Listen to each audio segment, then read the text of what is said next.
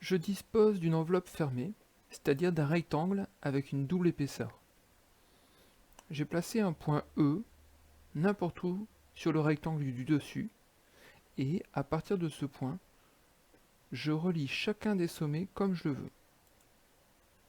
Ici, je n'ai tracé que des segments, mais on aurait très bien pu utiliser des lignes courbes. Je découpe ensuite uniquement le rectangle du dessus en suivant ces traits, et en laissant le rectangle du dessous intact. Puis, je déplie les 4 parties obtenues.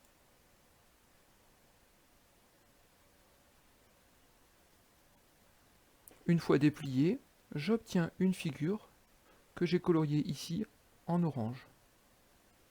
Le rectangle du dessous au centre et les 4 parties découpées sur les côtés. Je fais subir à cette figure une symétrie centrale de centre A.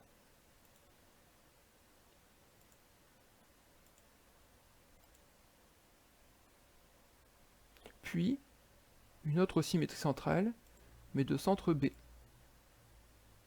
Puis, de centre C. Et enfin, de centre D. J'ai ensuite ici construit deux vecteurs. Un vecteur qui est le double du vecteur AB, c'est-à-dire que j'ai pris le vecteur AB et je l'ai mis une deuxième fois à sa suite. Ça forme ce double vecteur ici. Et un deuxième vecteur qui est le double du vecteur AD. Eh bien, je vais faire subir à la figure du départ une translation de vecteur 2 fois AB. Donc je clique sur la figure de départ et une translation de vecteur 2 fois AB. Cette figure arrive ici.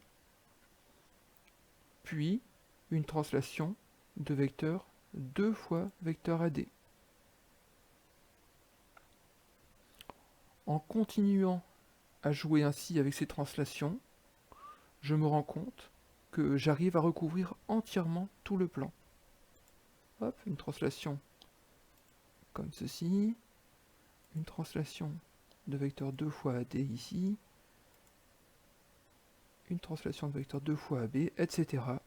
Je peux continuer ainsi et réussir à recouvrir tout le plan. On dit que j'ai fait un pavage du plan. À vous de prendre une vraie enveloppe, de la fermer en la collant et de refaire toutes ces étapes.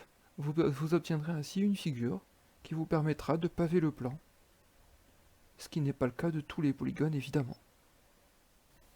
En effectuant un autre découpage au départ, on obtient d'autres polygones qui permettent de paver le plan.